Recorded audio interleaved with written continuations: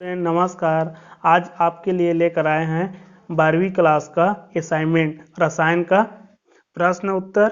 आपके सामने यहाँ पर प्रश्न है, उसका उत्तर आपको समझाने का प्रयास किया जा रहा है। अब इसको देखकर समझकर अपनी असाइनमेंट लिखिए। तो चलिए, सबसे पहले आपको पहला प्रश्न, ये आपके सामने पहला प्रश्न है, दर निर्धारक पद को समझाइए, और इसी का दूसरा है ऊर्जा अवरोध क्या है, चित्र बनाकर समझाइए। तो यहाँ पर आप देखिए और उसको देखकर अच्छे से पढ़ लीजिए और पढ़कर समझकर आप लिखिए। इसको पूरा समझाने में बहुत समय लग जाएगा, इसलिए समय को ध्यान में रखते हुए आपको कम समय में उसको बताने का प्रयास किया जा रहा है। और हाँ, यदि आपने हमारे चैनल को सब्सक्राइब नहीं किया है तो चैनल को सब्सक्राइब कर लीजिए। यदि वीडियो अच्छा लगा तो लाइक और शेयर करना ना भूलें। और यह वीडियो आपको कैसा लगा हमें कमेंट बॉक्स में लिखकर बताइए।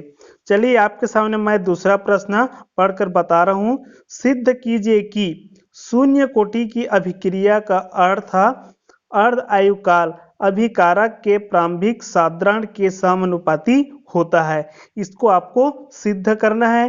तो यहाँ पर मैं आपको सिद्ध करके बताया हूँ।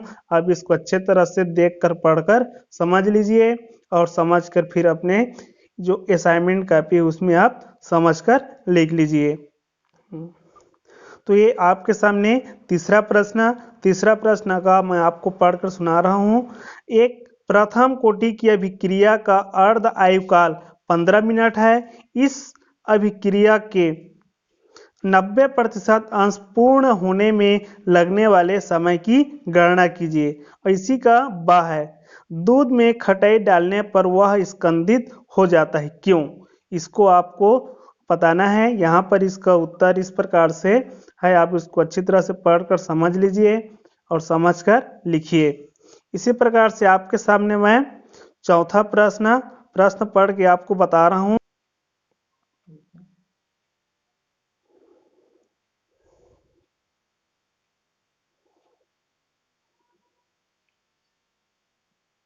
तो आपके सामने यह चौथा प्रश्न है।